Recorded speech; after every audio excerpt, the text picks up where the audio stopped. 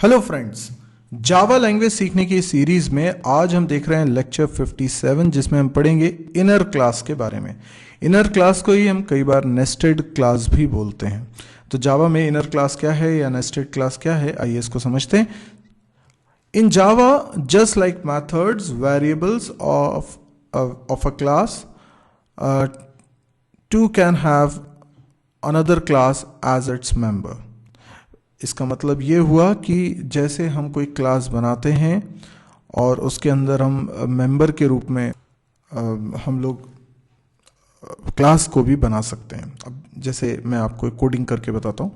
जैसे मान लीजिए हम कोई क्लास बना रहे हैं, क्लास का नाम मैंने रख लिया आउटर, ठीक है।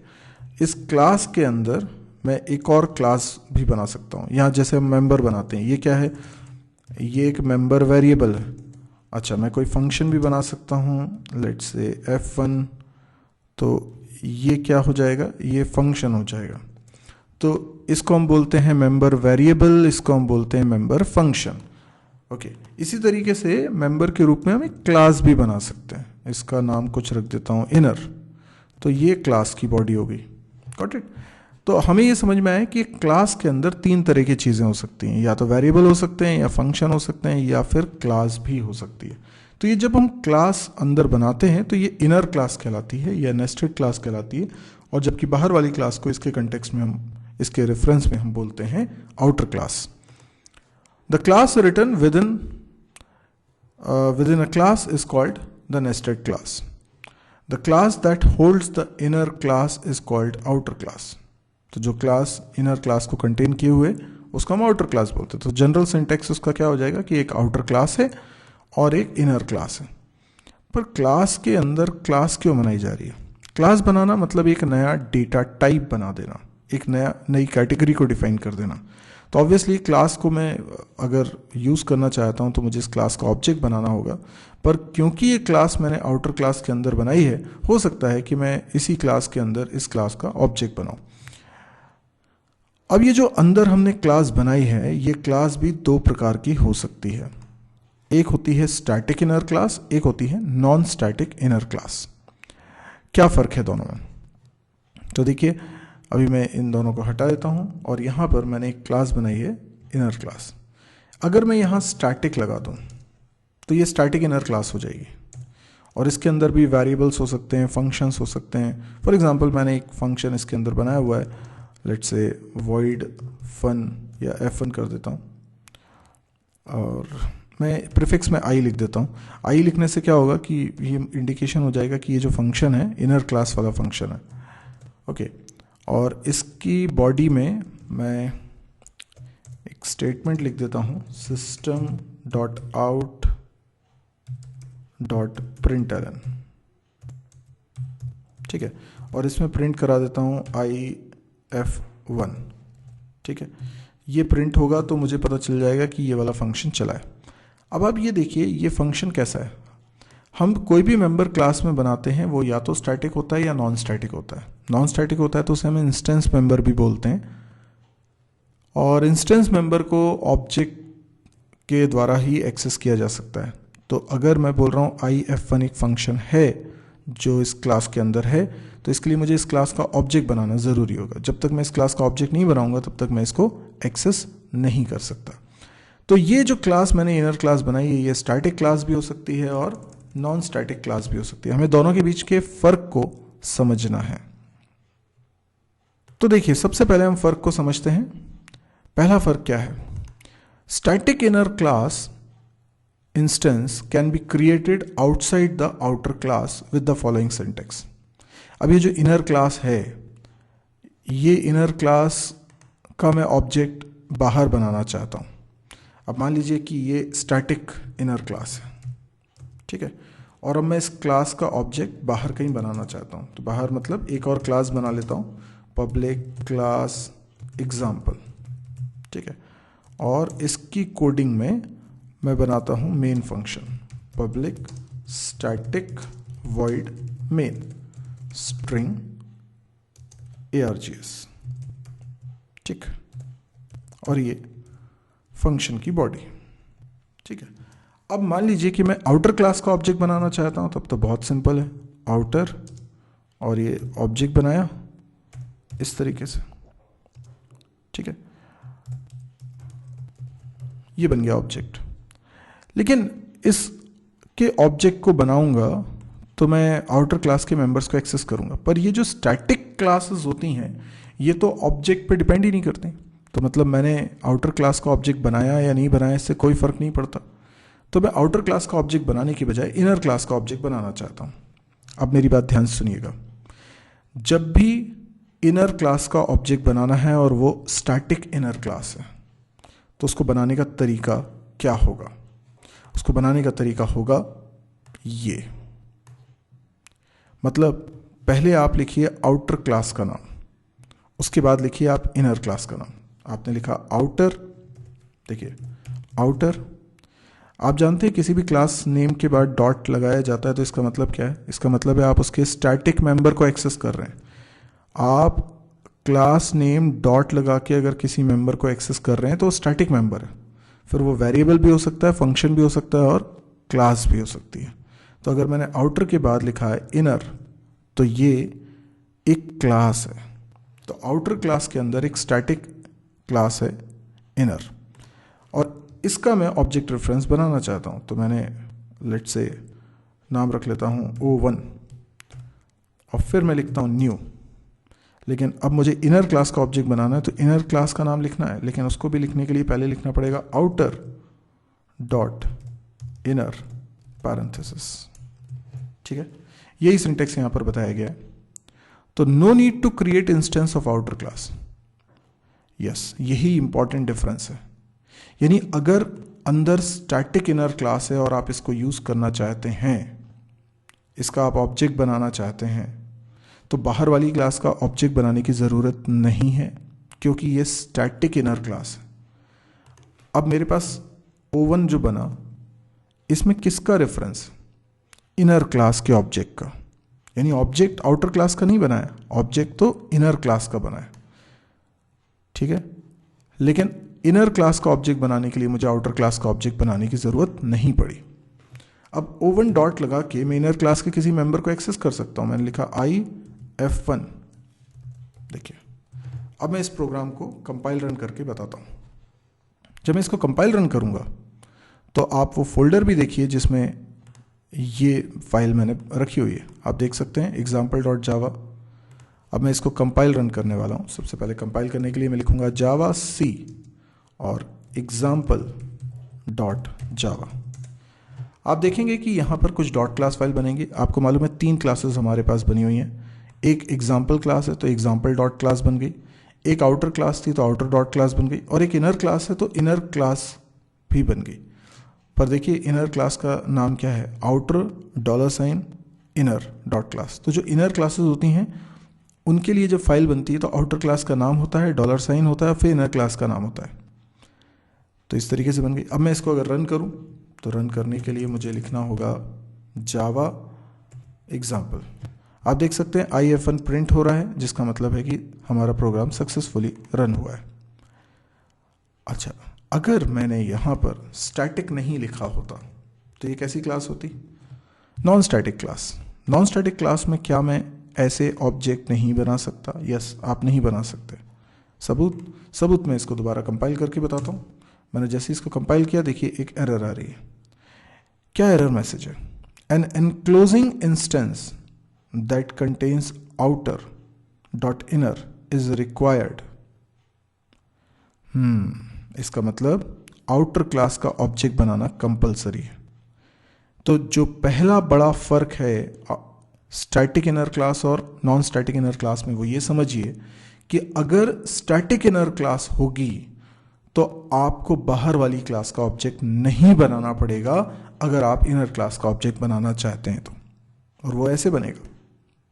लेकिन अगर अंदर वाली क्लास आपने नॉन स्टैटिक रखी है तो फिर आपको बाहर वाली क्लास का ऑब्जेक्ट बनाना ही पड़ेगा। तो क्या करूं मैं पहले आउटर क्लास का ऑब्जेक्ट बनाऊं। जैसे मैंने लिखा, कुछ नाम रख लेता हूं, जैसे मैंने नाम लिख लिया आउट, ठीक है। तो ये रेफरेंस वेरिएबल हो गया आउटर क्लास का, और मैंने न्यू आउटर लिख दिया। तो आउटर क्लास का एक ऑब्जेक्ट हमने बना लिया। अब मुझे क्या करना है, मुझे इनर क्लास का रेफरेंस वेरिएबल बनाना है O1 और इनर क्लास का ही ऑब्जेक्ट बनाना है। ओके, तो ये तो आपने ठीक लिखा है, ठीक है, असाइनमेंट के लेफ्ट हैंड साइड तक तो ठीक लिखा है कि आउटर डॉट इनर, यानी हम भले ही इनर क्लास स्टैटिक नहीं है लेकिन उसको मेंशन इस तरीके से कर सकते हैं। और फिर मैंने लिखा यहाँ पर मुझे थोड़ा सा चेंज करना पड़ेगा, मैं यहाँ पर लिखूँगा आउटर, आउट डॉट, आउट क्या है, आउट आउटर क्लास का ऑब्जेक्ट को रिप्रेजेंट कर रहा है, उसने डॉट लगा के अपने इनर क्लास के ऑब्जेक्ट को क्रिएट किया। तो देखिए मैंने कैसा लिखा, आउट डॉट न्यू इनर, और उसके बाद फिर मैं O1 डॉट IF1 लिखता हूँ तो कोई दिक्कत नहीं होगी। चला के देखें, मैं फिर से कंपाइल कर रहा हूँ और इस बार कंपाइल हो गया है, कोई एरर नहीं आई है। और देखिए मैं इसको रन भी करूँगा तो ये IF1 प्रिंट भी कर रहा है, इसका मतलब बिल्कुल सही है। हमें सिर्फ ये ध्यान में रखना है कि अगर अंदर की क्लास स्टैटिक है तो आपको बाहर वाली क्लास का ऑब्जेक्ट बनाने की ज़रूरत नहीं है, और यदि अंदर वाली क्लास नॉन स्टैटिक है तो आपको बाहर वाली क्लास का पहले बनाना पड़ेगा ऑब्जेक्ट, और वही ऑब्जेक्ट बाहर वाली क्लास का ऑब्जेक्ट ही डॉट लगा के न्यू को एक्सेस करेगा, न्यू और फिर अंदर वाली क्लास का नाम, ठीक है। अच्छा, एक और बात आपको समझनी है कि जो इनर क्लास है वो अगर स्टैटिक नहीं है तो उसको पूरा अधिकार है कि वो आउटर क्लास के मेंबर्स को डायरेक्टली एक्सेस करे। जैसे मैंने आउटर क्लास में एक मेंबर बनाया हुआ है x, इस x वेरिएबल को ये भी एक्सेस कर सकता है। जैसे मैंने x के अंदर कुछ वैल्यू रखी हुई है, लेट्स से 10, क्योंकि आप जानते हैं कि आउटर क्लास का ऑब्जेक्ट बनाना ही पड़ेगा मुझे अगर इनर क्लास को यूज़ करना है तो इसीलिए इनर क्लास अगर स्टैटिक नहीं है तो उसको पूरा अधिकार है कि वो आउटर क्लास के मेंबर्स को एक्सेस करे। जैसे कि मैं यहाँ करने जा रहा हूँ, यहाँ पर मैं x की वैल्यू प्रिंट कराऊंगा, x की वैल्यू 10 रखिए। तो जब आपने आउटर क्लास का ऑब्जेक्ट बनाया होगा तो x बन गया होगा और x में 10 भी आ गया होगा। उसके बाद जब आपने इनर क्लास का ऑब्जेक्ट बनाया और IF1 फंक्शन को कॉल किया तो ये फंक्शन चला और उसने x को एक्सेस किया। तो इनर क्लास को पूरा अधिकार है कि वो आउटर क्लास के मेंबर्स को एक्सेस कर ले। तो मैं चला के भी बता देता हूँ। सबसे पहले मैंने कंपाइल किया, अब रन करता हूँ, देखिए 10 वैल्यू प्रिंट हो रही है। लेकिन अगर ये इनर क्लास स्टैटिक होती तो इसको अधिकार नहीं होता कि आउटर क्लास के इंस्टेंस मेंबर्स को एक्सेस करे, यानी फिलहाल एरर आएगी। फिलहाल मैं इसका जो ऑब्जेक्ट बना रहा हूँ, क्या मैं इस तरीके से बना सकता हूँ? ओके, मैंने फिर से कंपाइल किया, देखिए कंपाइल टाइम पे एरर आ रही है क्योंकि नॉन स्टैटिक वेरिएबल है x और स्टैटिक क्लास को ये अधिकार नहीं है कि वो नॉन स्टैटिक चीज़ों को एक्सेस करे। दूसरा, फिर मुझे इसका ऑब्जेक्ट भी इस तरीके से नहीं बनाना है, ठीक है, क्योंकि हमने क्या किया, देखिए qualified new of static class, ये एरर है। तो आप इस तरीके से ऑब्जेक्ट नहीं बना सकते। ऑब्जेक्ट बनाने के लिए आपको क्या लिखना पड़ेगा? आपको लिखना पड़ेगा आउटर डॉट इनर। तो मुझे फिर इसकी ज़रूरत नहीं है।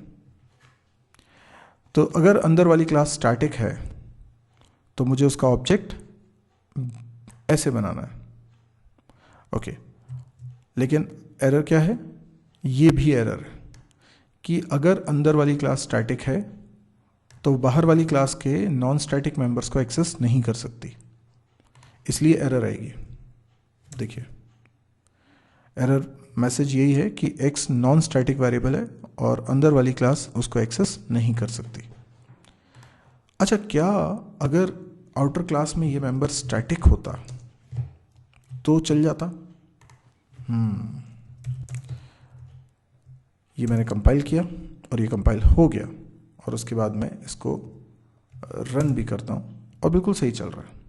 इसलिए सही चल रहा है क्योंकि अगर स्टैटिक इनर क्लास है, स्टैटिक, तो उसको पूरा हक है कि वो अपने आउटर क्लास के स्टैटिक मेंबर को एक्सेस करे। हम पहले भी जानते हैं कि जैसे हमने स्टैटिक मेंबर फंक्शन भी पढ़ा था, तो स्टैटिक मेंबर फंक्शन क्लास की केवल स्टैटिक चीज़ों को एक्सेस कर सकते हैं, नॉन स्टैटिक चीज़ों को नहीं। बिल्कुल वैसे ही ये स्टैटिक क्लास है, ये क्लास के स्टैटिक मेंबर्स को ही एक्सेस कर सकते हैं। कौन सी क्लास के? बाहर वाली, आउटर वाली क्लास के स्टैटिक मेंबर को ही एक्सेस कर सकते हैं, क्योंकि ये इनर क्लास भी एक मेंबर है आउटर क्लास की। इसलिए हम ऐसी बातें कर रहे हैं कि ये एक मेंबर है तो ये बाकी के मेंबर को एक्सेस करेगी कि नहीं। तो अगर ये खुद स्टैटिक है तो केवल स्टैटिक मेंबर को एक्सेस करेगी, और अगर ये स्टैटिक नहीं है तो ये दोनों तरह के मेंबर्स को एक्सेस कर लेगी। मतलब x स्टैटिक होता या नहीं होता, दोनों सूरत में यहाँ x को मैं एक्सेस कर पाता, क्योंकि अगर इनर क्लास स्टैटिक नहीं है तो आउटर क्लास का आपको ऑब्जेक्ट बनाना ही पड़ेगा। इसके अलावा एक बात और ये भी है कि जब हम क्लास बनाते हैं तो आउटर क्लास को तो हम या तो पब्लिक रखते हैं या नॉन पब्लिक है, यानी डिफ़ॉल्ट है। जैसे कि यहाँ पर मैंने आउटर क्लास बनाई, इसके पहले पब्लिक नहीं लिखा, क्योंकि एक जावा फाइल में मैं एक ही क्लास को पब्लिक रख सकता हूँ और मैंने एग्जाम्पल क्लास को पब्लिक बनाया हुआ है, तो आउटर क्लास को मैं पब्लिक नहीं बना सकता। लेकिन हाँ, एक जनरल बात करूँ कि कोई भी आउटर क्लास होगी वो या तो पब्लिक हो सकती है या डिफ़ॉल्ट हो सकती है। फिलहाल आउटर क्लास डिफ़ॉल्ट है, लेकिन ये जो अंदर की क्लास है ना, ये पब्लिक भी हो सकती है, प्राइवेट भी हो सकती है, प्रोटेक्टेड भी हो सकती है, डिफ़ॉल्ट भी हो सकती है। फिलहाल डिफ़ॉल्ट है। तो अगर मैं इसको प्राइवेट बना दूं तो क्या होगा? इसको अगर मैं प्राइवेट बना दूंगा तो इसका मतलब ये प्राइवेट मेंबर है, ये बाहर से एक्सेस नहीं होना चाहिए। तो देखिए, मैं आउटर क्लास यूज़ कर रहा हूँ, आउटर क्लास का ऑब्जेक्ट बनाता हूँ, उसके बाद फिर इनर क्लास का ऑब्जेक्ट बनाना चाहता हूँ। आप ध्यान रखिए, इनर क्लास जो है वो प्राइवेट है, तो इनर क्लास प्राइवेट है। अब देखिए, क्या प्राइवेट चीज़ों को हम क्लास के बाहर एक्सेस कर सकते हैं? नहीं। क्या रीज़न है? कि outer dot inner has private access in outer, तो इसीलिए हम इसको एक्सेस नहीं कर सकते। अब मैं इसको प्राइवेट की जगह क्या प्रोटेक्टेड बना सकता हूँ? बिल्कुल। और अगर प्रोटेक्टेड बनाया है तो क्या ये एक्सेस कर लेगा? तो याद करिए, एक्सेस मॉडिफायर हम लोगों ने पढ़ा हुआ है। तो सेम पैकेज के अंदर कोई भी क्लास दूसरी क्लास के, उसी पैकेज की किसी भी दूसरी क्लास के प्रोटेक्टेड मेंबर को एक्सेस कर सकते हैं।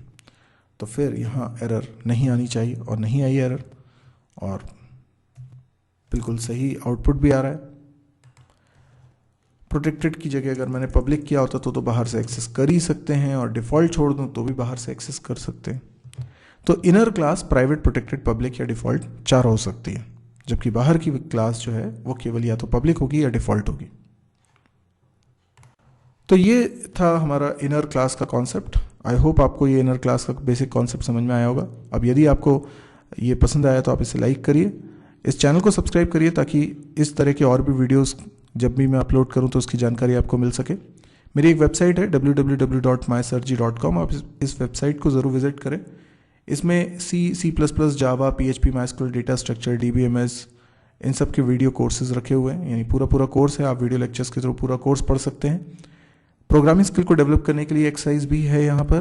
कैंपस से रिलेटेड प्रिपरेशन करने के लिए भी कुछ वीडियोस रखे हुए हैं। ये सारे के सारे वीडियोस हिंदी में हैं और फ्री ऑफ कॉस्ट हैं। तो अगर आपको लगे कि ये बहुत वर्थ है, हमारे काम आ रहा है, तो आप प्लीज़ इसको शेयर भी करिएगा। मेरा मकसद है कि फ्री ऑफ कॉस्ट में ये सब लोगों तक पहुंचाऊं, क्योंकि जब तक हमें कॉन्सेप्ट समझ में ही नहीं आते हैं, हमें बेसिक नहीं समझ में आता है, हमारे अंदर कॉन्फिडेंस ही डेवलप नहीं होता। और बहुत सारे लोग ऐसे हैं जिनको ये दिक्कत फेस करनी पड़ रही है, मे बी फाइनेंशियल रीज़न के कारण, मे बी वहाँ पे अच्छे टीचर्स अवेलेबल नहीं हैं, या इंग्लिश एक वजह हो सकती है।